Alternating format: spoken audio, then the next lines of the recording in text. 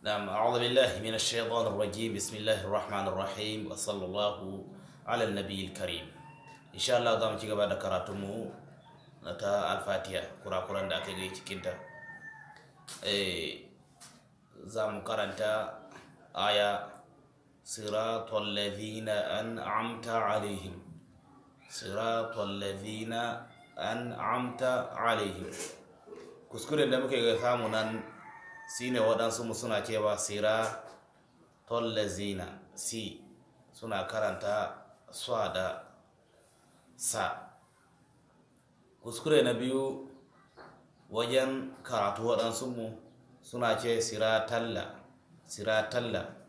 maimako su ce siratalla ko kuma su ce siratal ladhina.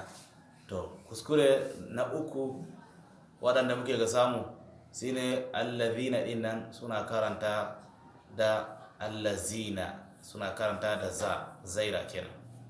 Kuskure na hudu an'amta, ai hankuri motoci suna wucewa. An'amta sai kaga duka gaba ɗaya an haɗe an karanta da hamza. An'amta duka an karanta su da hamza.